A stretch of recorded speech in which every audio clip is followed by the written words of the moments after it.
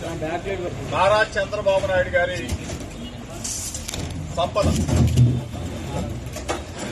సంపదని సృష్టిస్తానని చెప్పాడు.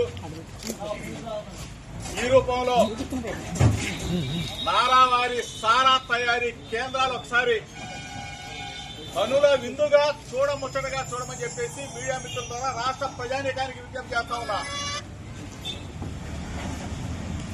నకిలీ డిస్టిలరీలు, నకిలీ ఫ్యాక్టరీలు, నకిలీ మందు తయారీ కేంద్రాలు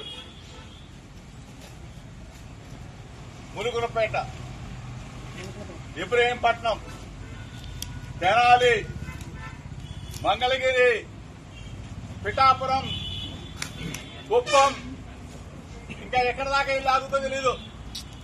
రాష్ట్రం మొత్తం కూడా నారావారి సారా తయారీ కేంద్రాలు.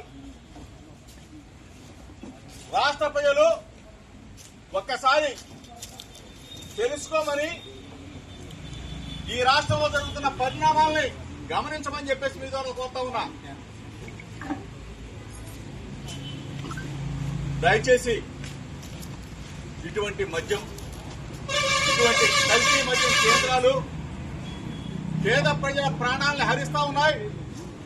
కొన్ని వందల మంది, కొన్ని వేల మంది చనిపోతా ఉంటే ఈ రాష్ట్ర ప్రభుత్వం, ముఖ్యమంత్రి చంద్రబాబు నాయుడు, ఉప ముఖ్యమంత్రి పవన్ కళ్యాణ్ గుడ్లప్ప నుంచి చూస్తారని చెప్పి అడుగుతా ఉన్నా.